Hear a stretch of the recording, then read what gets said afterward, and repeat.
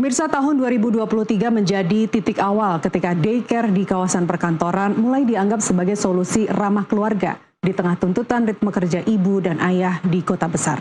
Di banyak gedung, perkantoran, fasilitas penitipan anak bermunculan dengan narasi kebijakan lebih dekat dengan anak, lebih produktif di kantor. Namun di balik narasi itu, bangunan kebijakan belum diimbangi pengawasan ketat, standar pelatihan pengasuh, dan sistem pelaporan kekerasan yang kuat. Kita simak data kekerasan pada anak di berbagai fasilitas daycare selama 3 tahun terakhir.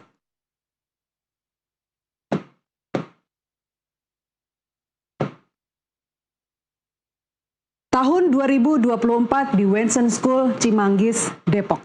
Pemilik daycare diduga menganiaya 2 balita di bawah asuhannya. Kasus ini terungkap lewat rekaman CCTV dan laporan orang tua ke polisi serta KPAI. Pelaku divonis 1 tahun penjara. Berikutnya, masih di tahun yang sama terjadi di Kiddie Space, Sawangan, Depok. Pengasuh menyiram anak usia 1 tahun dengan air panas karena kesal dengan tangisannya. Daycare ini tidak berizin dan sempat disegel, sementara pelaku ditangkap dan dijerat pasal kekerasan anak. Terbaru pada periode April 2026, terjadi di Daycare Little Aresia di Yogyakarta. Bayi dan balita ditemukan terikat, tidak berpakaian dan hanya mengenakan popok. Mereka diletakkan di ruang sempit. Pengasuh diduga melakukan kekerasan fisik secara sistematis. Dari 103 anak yang pernah dititipkan di Daycare Little Aresia, 53 diantaranya dilaporkan menjadi korban kekerasan. Menjadikan kasus ini salah satu tragedi daycare paling mengguncang di Indonesia. Belum selesai ramai tragedi daycare Yogyakarta, publik dikejutkan dengan kasus babypreneur di Banda Aceh. Pengasuh terekam CCTV melakukan tindakan kasar terhadap balita yang sedang disuapi. Pelaku langsung ditangkap, sementara lagi-lagi daycare ini tidak berizin.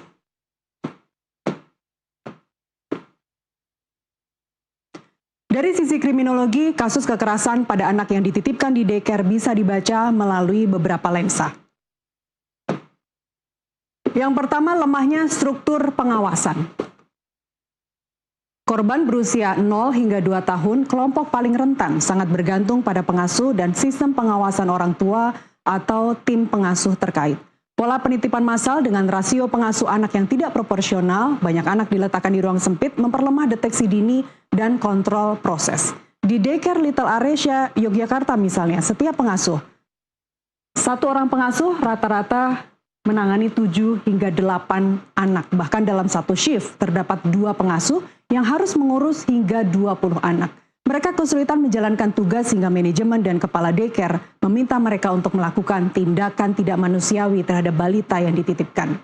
Di banyak kota, daycare beroperasi tanpa standar nasional sehingga sulit mendeteksi kecurangan atau kekerasan di awal. Berdasarkan data yang dihimpun dari Kemendikdasmen, Kemenaker, dan Kemensos, hampir 90% TPA dan daycare di Indonesia berada di bawah sektor swasta. Sementara hanya sebagian kecil yang diselenggarakan oleh pemerintah.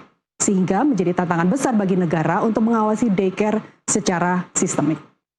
Yang kedua adalah budaya percaya tanpa kontrol dan juga blind spot dari orang tua. Daycare di kota besar sering dianggap sebagai alternatif solutif bagi dual income parents, tapi banyak orang tua hanya memeriksa fasilitas fisik seperti AC, CCTV, lokasi, dan kurang peka pada proses pengasuhan sehari-hari. Hal ini membuat mereka terlambat melapor ketika anak menunjukkan bekas luka fisik, demam yang terjadi secara berulang, atau kejatuhan emosi. Yang ketiga, peran institutional failure atau kegagalan institusi, dalam hal ini yayasan dan manajemen. Para tersangka mencakup pemimpin yayasan, pengasuh, dan manajemen, menunjukkan kekerasan tidak hanya berakar pada individu, tapi juga didukung oleh struktur organisasi yang mengabaikan standar pengasuhan anak. Keempat, dinamika kekerasan terhadap anak.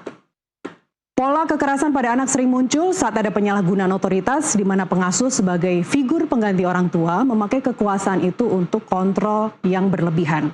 Ditambah tekanan kerja tinggi dan bayaran rendah, sehingga pengasuh mengandalkan cara kasar untuk menghemat tenaga. Yang kelima, motif ekonomi yang mendorong efisiensi berlebihan. Pengelola daycare mengejar pemasukan dari biaya yang dibayarkan orang tua.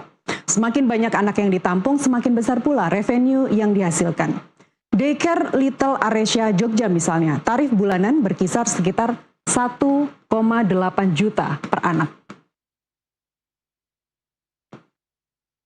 Sementara gaji pengasuh hanya berkisar 1,8 hingga 2,4 juta per bulan. Sebuah cerminan tekanan keuangan yang memaksa lembaga menekan biaya operasional sampai ke angka pengasuh. Lantas apa yang bisa dilakukan agar peristiwa serupa tidak terus terjadi?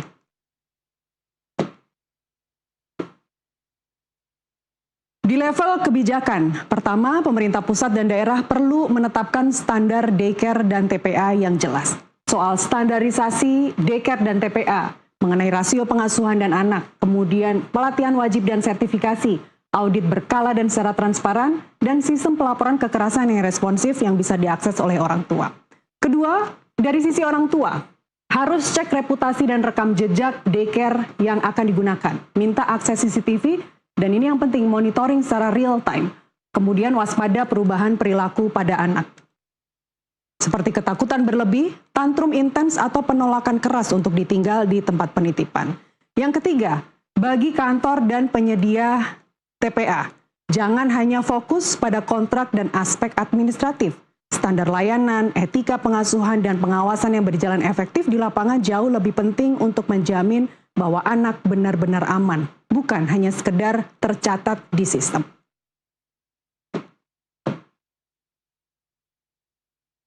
Pemirsa, daycare bukan hanya tempat penitipan, tapi ruang di mana martabat dan keamanan anak harus dijaga sepenuhnya. Terbongkarnya kasus di daycare Little Aresya Jogja menjadi panggilan tegas untuk memperkuat regulasi, memperketat pengawasan, dan meningkatkan kewaspadaan orang tua.